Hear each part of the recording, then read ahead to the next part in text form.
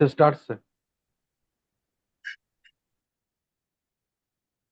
Welcome to the live session 2 of the course Strategic Management for Competitive Advantage. So we will be discussing the week 5 to week 8. What are the courses we have covered and all. And if you have any queries, you can please post it on the YouTube chat box. I will try to answer all your queries. So for week 5, we continued with the week 4, those, you know, the generic, the strategy, grand strategy, or then we started with the multi business strategies and all we did in week 4. Then in week 5, we continued with the operating and financial analysis, because your multi-business strategies, those display matrices and all, it has to be supplement when taking a decision for investment through those display matrices. It must be supplemented with the operating and financial ratio analysis. So we discussed on that. Then we discussed about the complexities and challenges of competing in global markets, like when organizations or a firm wants to venture into the foreign market. So what are the challenges they will face? What are the complexities, and what are their strengths or weaknesses they must know before the venturing into the foreign markets. We talked about it. Then we also talked about the what are the generally the entry modes available, entry mode strategies for entering into the foreign or overseas market, and what are the main approaches for international businesses.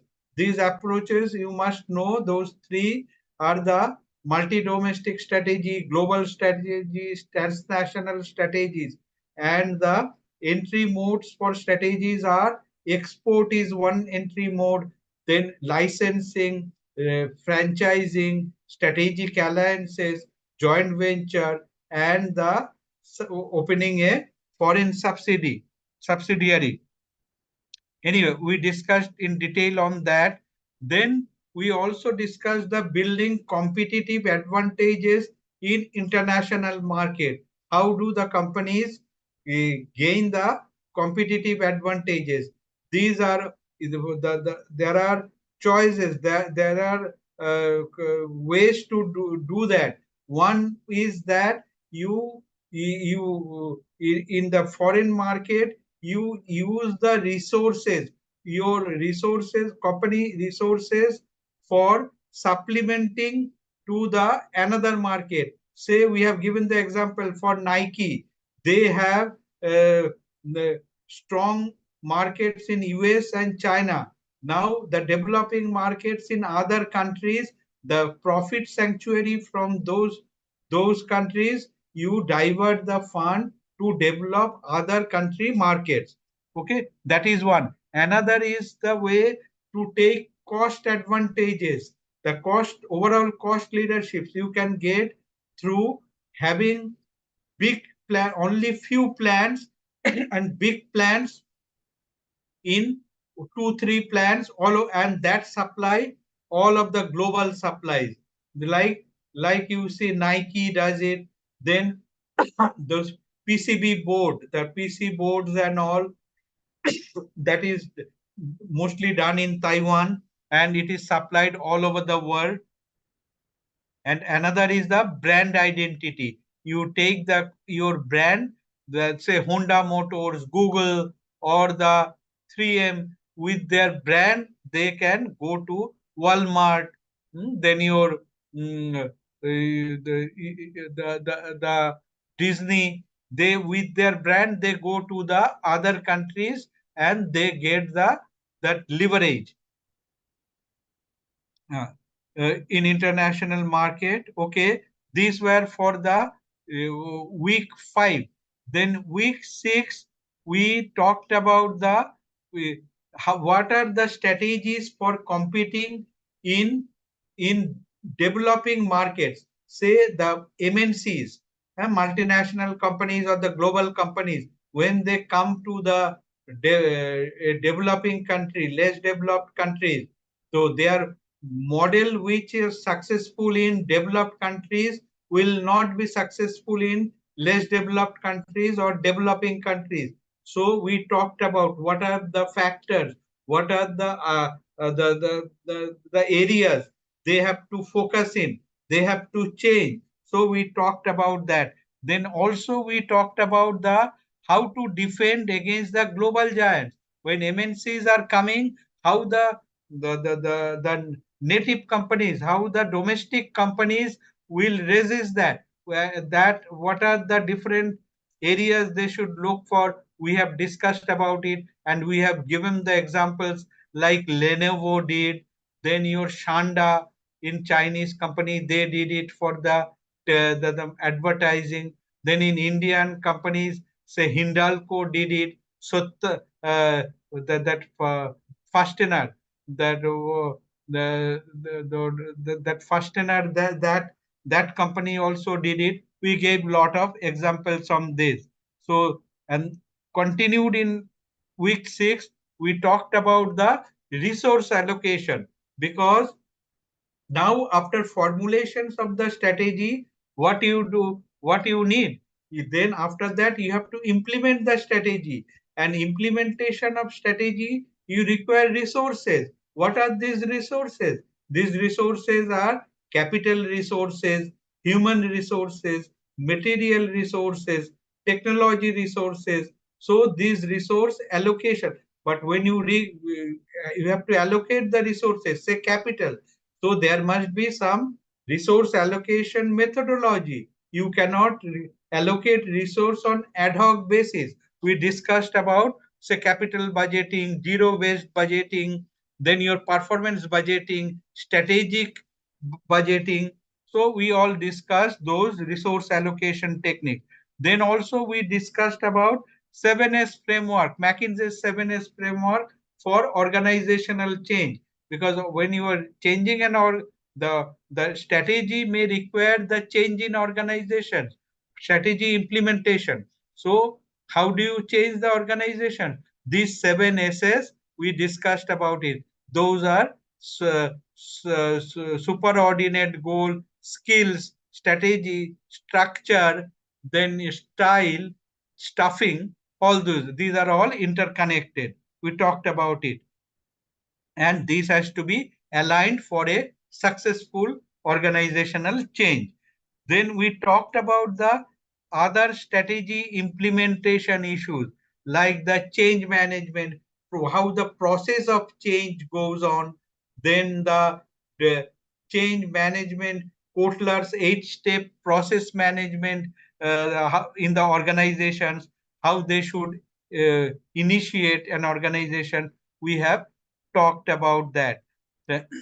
Then strategy implementation issues also contains, then we talked about the matching organization structure to strategy. When a strategy is changed in an organization, that requires a type of structure also has to be changed. But structure do not change in an organization so often. It changes, say, in one day, after a decades or the 2 3 decades, it changes.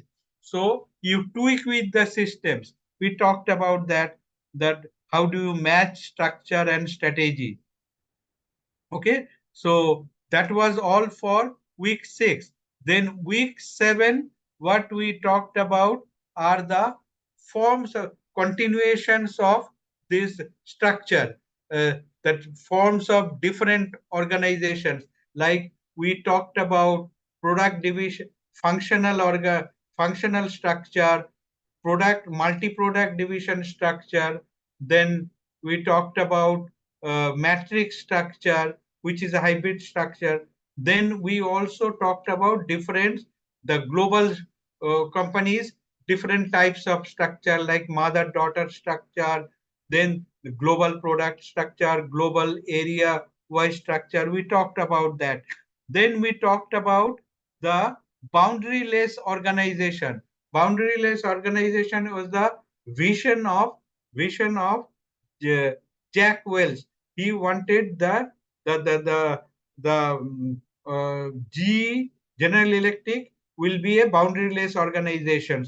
So he that concept he had, that what are the, we talked about what are the different boundaries in an organization. Boundaries may be horizontal, boundaries are vertical, horizontals are different departments and all. The boundaries are vertical, like different level of hierarchies of management.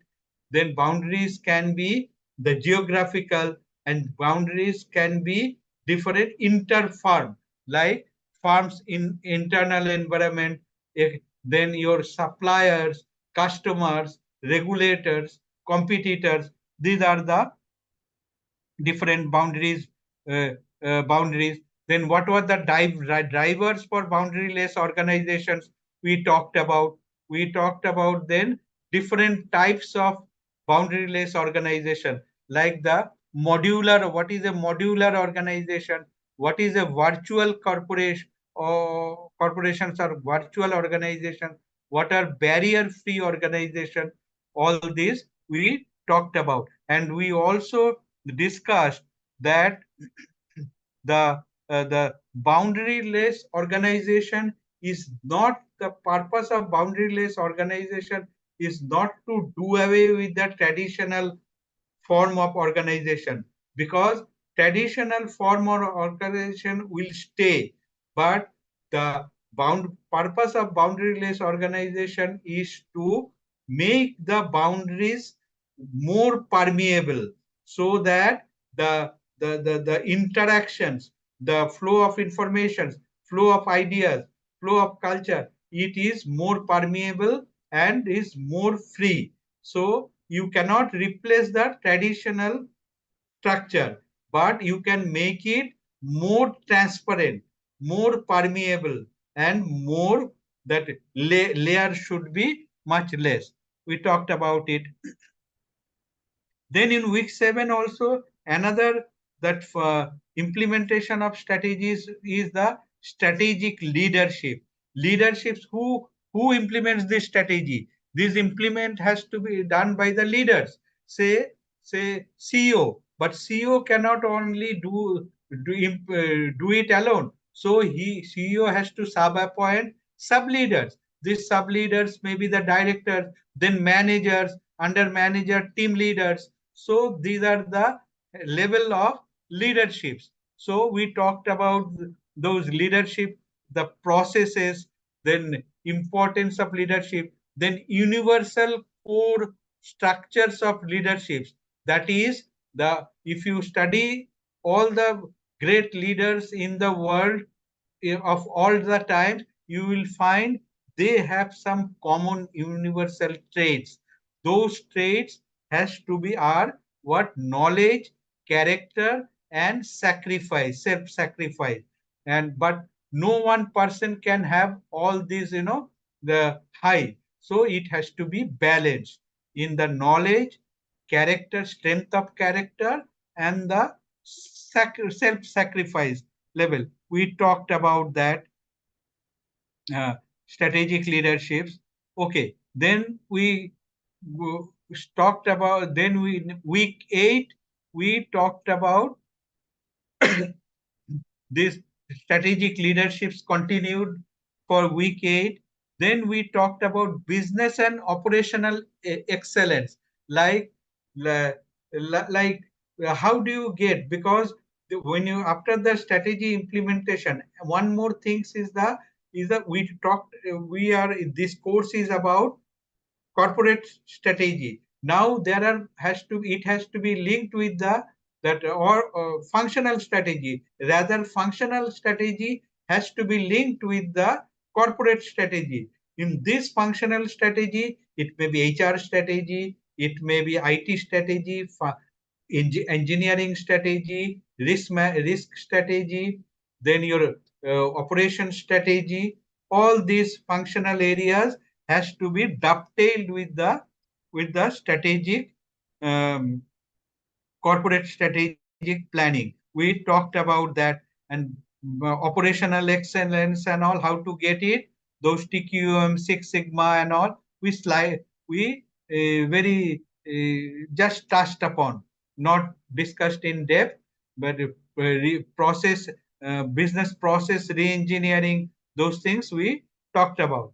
Then strategic and then the week 8 also we talked about the strategic and operational control. This strategic and operational control, there are, what are the difference between strategic control and operational control?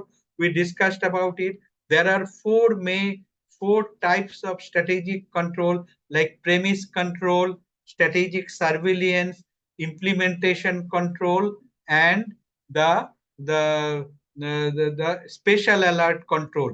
We talked in detail about these four controls. Then we talked about the balance scorecard. You know, that balance scorecard, what is its utility, why the balance scorecard is used, and wow, why it is called balance scorecard, and how it can predict the future, and what are the limitations of balance scorecard. Balance scorecard had four perspectives, that is, those are the customer satisfaction, that comes in the customer perspective, then business process perspective, then learning and growth perspective, and the financial perspective. And what are the linkages of all these? We have we have talked about it. Hmm? The so that is the lecture. What was the strategic control and operational control? We talked about that. Now, balance scorecard, we talked about it. That's all for the up to the chapter week 8. So these are in the nutshell what we have discussed in week 5, 6, 7, and 8.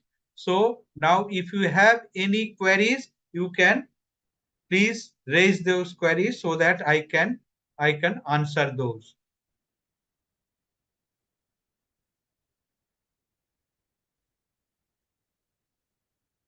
এই আমার এটা কি বন্ধ হয়ে গেল?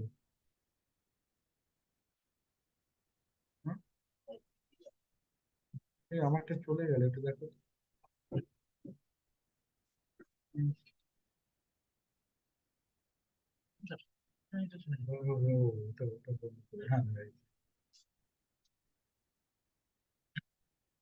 Yeah, if you have any queries, you can just ask it. We can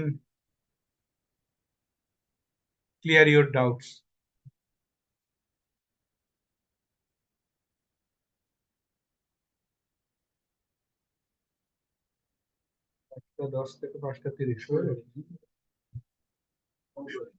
কয়জন রয়েছে?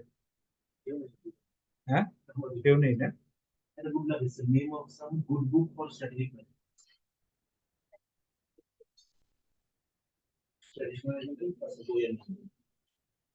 বলো বলো বলো। Book. Name of the book.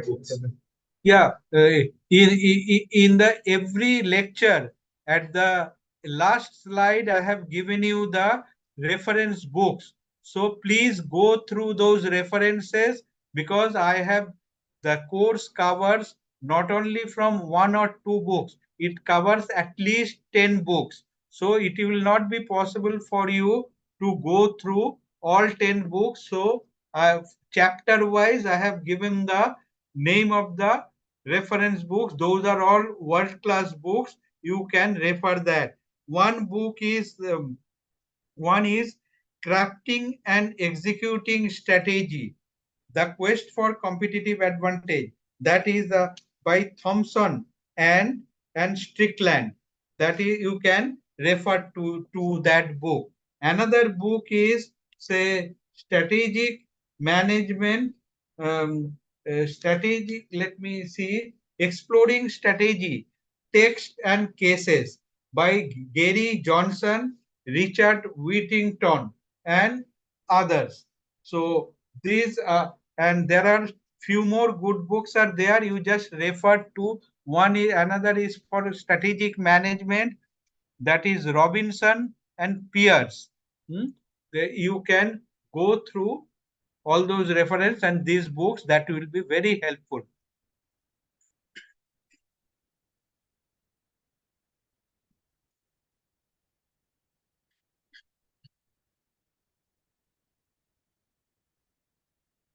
So, so if you have no more queries, then I should uh, stop this uh, live session. So thank you very much for attending today's second live sessions on the strategic management for competitive advantage. Wish you all the best.